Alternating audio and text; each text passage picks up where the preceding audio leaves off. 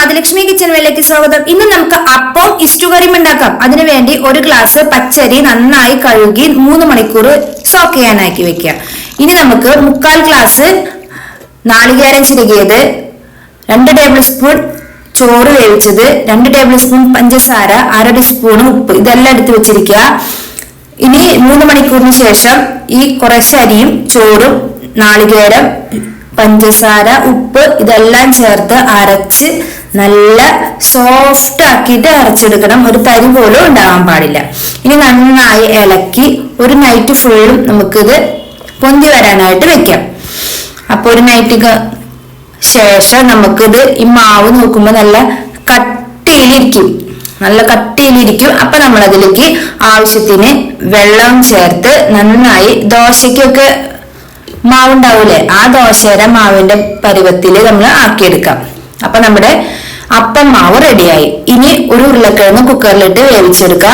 ഒരു ചട്ടിയിലോട്ട് വെളിച്ചെണ്ണ ഒഴിക്കുക. പട്ട, ഗ്രാമ്പു, ഏലക്ക, ബിരിയാണി ഇല എല്ലാം ചേർത്ത് പൊട്ടിക്കുക. ഇനി ഇതിലേക്ക് ഒരു സവാള, ഒരു പച്ചമുളക്, കറിവേപ്പില നന്നായി വാട്ടി കൊടുക്കുക. 1 ടീസ്പൂൺ ഇഞ്ചി വെളുത്തുള്ളി പേസ്റ്റ് ചേർത്ത് കൊടുക്കുക. ക്യാരറ്റ്, ബീൻസ്, പച്ചപ്പട്ടാണി, കോളിഫ്ലവർ ചേർത്ത് ജസ്റ്റ് ഒന്ന് വഴറ്റി കൊടുക്കുക. 1 ടീസ്പൂൺ ഗരം മസാല, 1/2 ടീസ്പൂൺ ഉപ്പും കൂടി ചേർത്ത് വഴറ്റി കൊടുക്കുക. ഇനി നാളികേരത്തിന്റെ 2ാം പാല് ചേർത്ത് ഈ പച്ചക്കറികളൊക്കെ നന്നായി വേവിക്കുക.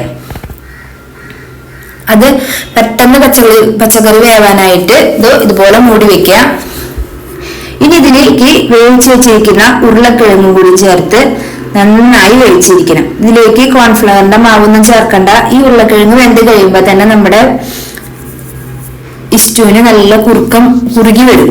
ഇനി ഇതിലേക്ക് നല്ല കുറുകി വരുമ്പോ ഇതിലേക്ക് 1ാം പാലും കൂടി, നാളികേരത്തിന്റെ 1ാം പാലും കൂടി ചേർത്ത് ഫ്ലെയിം ഓഫ് ചെയ്ത് വെക്കുക. അപ്പൊ നമ്മുടെ ഇഷ്ടുകറിയും റെഡി ആയിച്ച്. അപ്പൊ നമുക്കിങ്ങൊരു പിടി പിടിക്കാം. അപ്പത്തിന്റെ കൂടെ ഇഷ്ടുകറിയും കൂടിയും ചേർത്ത് സൂപ്പർ ടേസ്റ്റിൽ നമുക്ക് കഴിക്കാം. അപ്പൊ നിങ്ങളൊക്കെ ട്രൈ ചെയ്യണം.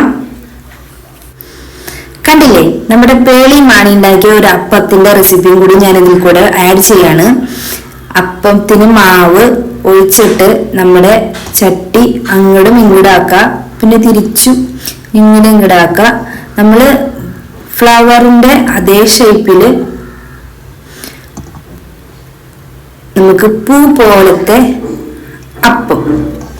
അപ്പൊ എല്ലാവരും ഇതുപോലൊരു അപ്പം കൂടി ട്രൈ ചെയ്യുക. നമ്മുടെ പേളിമാണി ഉണ്ടാക്കി തന്ന അപ്പത്തിന്റെ പൂ പോലത്തെ അപ്പവും കൂടി ഞാൻ ഇതിലേക്ക് ഷെയർ ചെയ്യാണ്. അപ്പൊ എല്ലാവർക്കും അടിപൊളി ഒരു ബ്രേക്ക്ഫാസ്റ്റ് നേരുന്നു.